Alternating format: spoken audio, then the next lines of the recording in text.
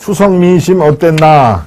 추석 민심 여러분들도 마찬가지지만 추석 때 이래저래 또 집안 오랜만에 만난 분들이 또 정치 얘기하면은 또 이 감정이 또 싸움이 벌어질 가능성도 있습니다. 따라서 어떤 집안은 만나서 금기하는 얘기가 딱 두 가지가 있다고 하지요. 하나는 정치 얘기, 여야를 막론하고 정치 얘기는 절대 하지 마라. 그리고 시집 안 간, 장가 안 간 사촌이라든가 집안 식구들한테 너 언제 장가 가니, 언제 시집 가니 라고 하는 그런 내용도 절대 얘기하지 말라. 대개 두 가지 정도는 금기로 되어 있습니다. 아마 여러분들도 마찬가지로 생각이 드실 텐데요. 네.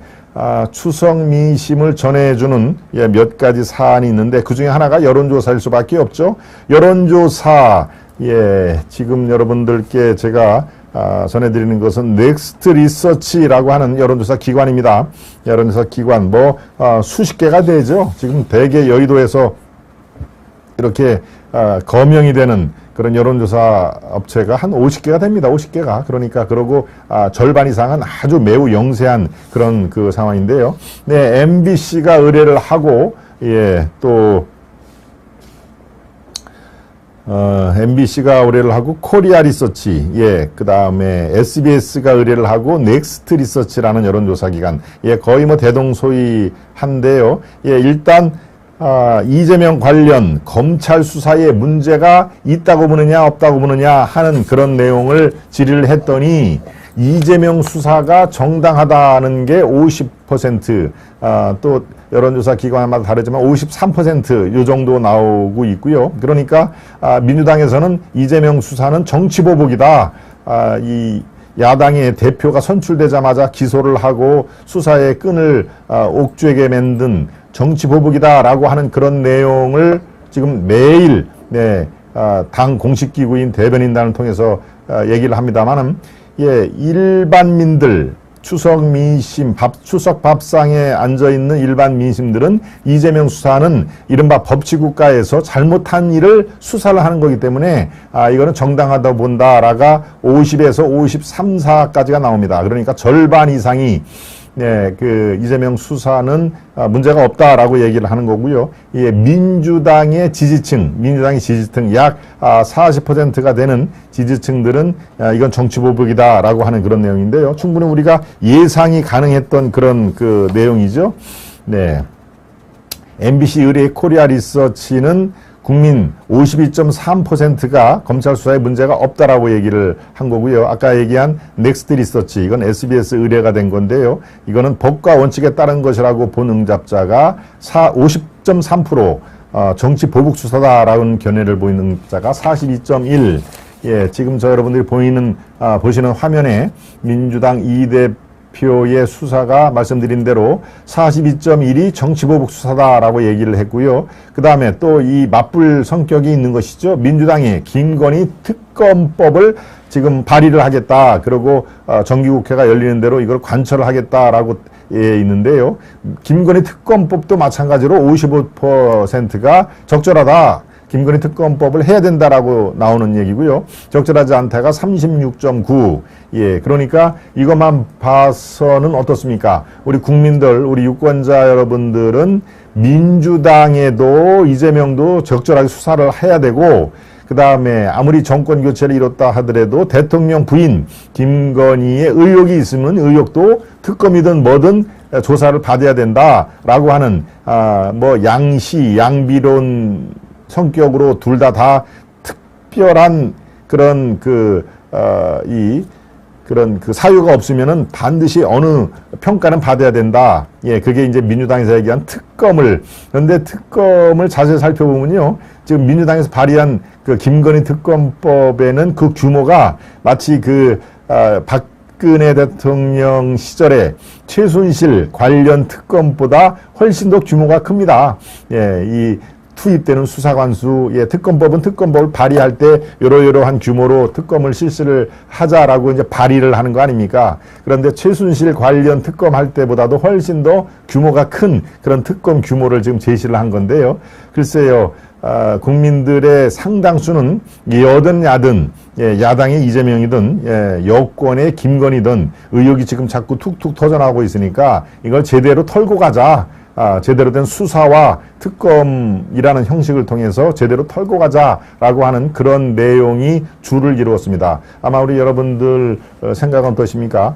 예, 어떤 데는 수사가 급속히 진행되고 어떤 데는 또 수사가 안 이루어지고 이거는 이렇게 되면 안 된다. 의혹이 있으면 똑같이 털고 의혹을 규명을 해야 된다. 그래서 의혹을 규명하는 과정에서 잘못이 있으면은 대한민국은 법치국가이기 때문에 사법 처리가 되면 되는 것이고 만약에 혐의가 발견되지 않으면은 그야말로 무혐의, 혐의가 없으므로 그 건에 대해서는 다시 이렇게 논의를 하지 말자. 그래서 국력이 낭비되는 것을 막자라고 하는 그런 내용이 주를 이룬 것입니다. 네.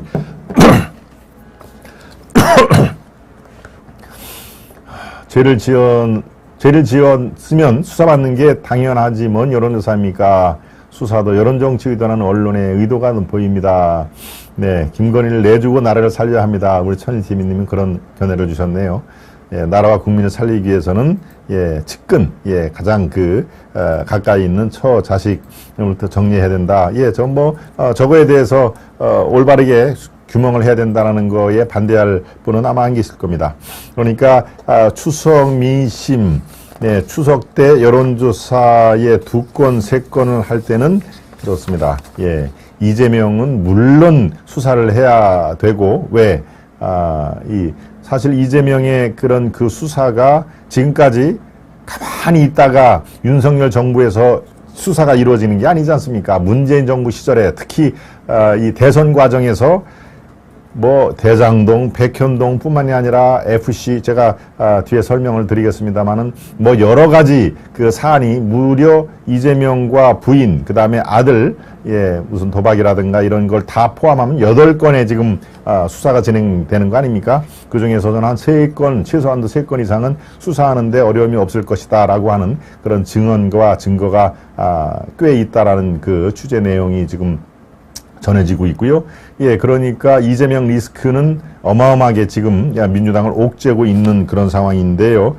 바로 최악의 시나리오가 무엇인지 잠시 뒤에 여러분들 살펴보도록 하고 추석 민심이 전체적으로 이른바 여권, 윤석열, 김건희 여권 전체, 그다음에 야권은 특히 이재명의 그런 그 사법 리스크 이런 것들은 엄정하게 수사를 해야 된다라는 분들이 국민의 절반을 넘고 있다라고 하는 게 추석 민심의 하나의 요약된 그런 메시지가 아닌가 싶은 생각이 드는데요.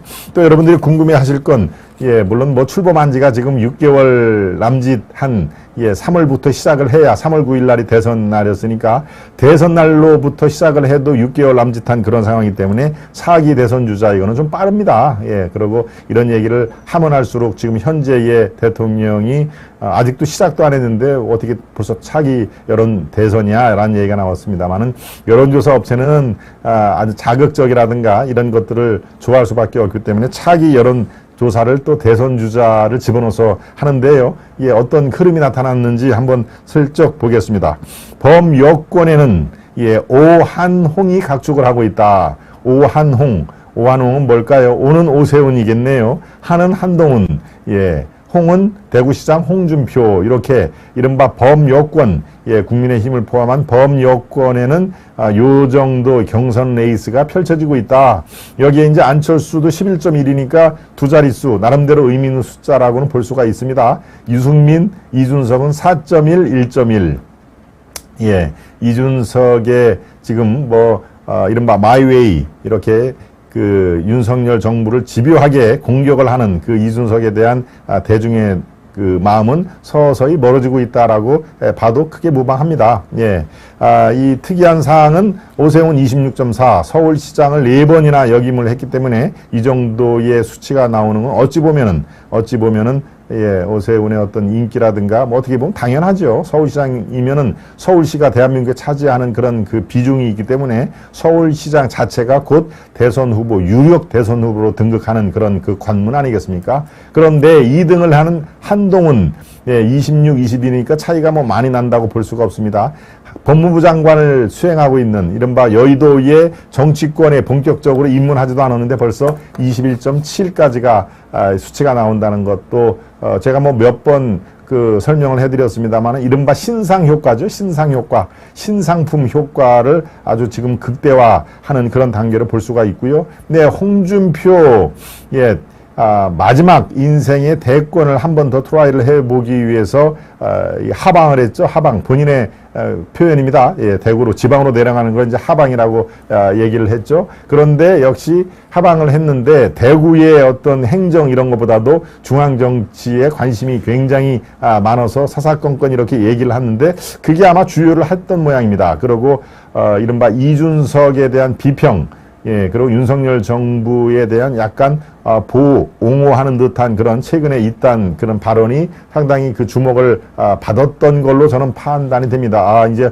홍준표가 그렇게 날선 비판만 하는 게 아니라 윤석열 정부가 잘 돼야 된다라고 하는 긍정적인 메시지를 내는구나라고 예, 윤석열과 홍준표 경선에서 1, 2등을 했던 그런 쪽에서의 지지를 일부 유입한 걸로 저는 평가가 됩니다. 그러니까 오세훈 26, 한동훈 21, 최근에 쭉 급상승을 한 홍준표 이렇게 이제 3강 체제고 예, 그 변수가 이제 안철수 11.1 정도로 보면 되겠습니다. 예, 현재의 판도는 그렇습니다. 그렇지만 뭐 대선은 앞으로 4년 반이라 남은 아주 그야말로 마라톤보다도 훨씬 더 아주 이 지난한 그런 그 여정이기 때문에 그냥 참고 삼아 여러분들이 보시면은 되겠습니다.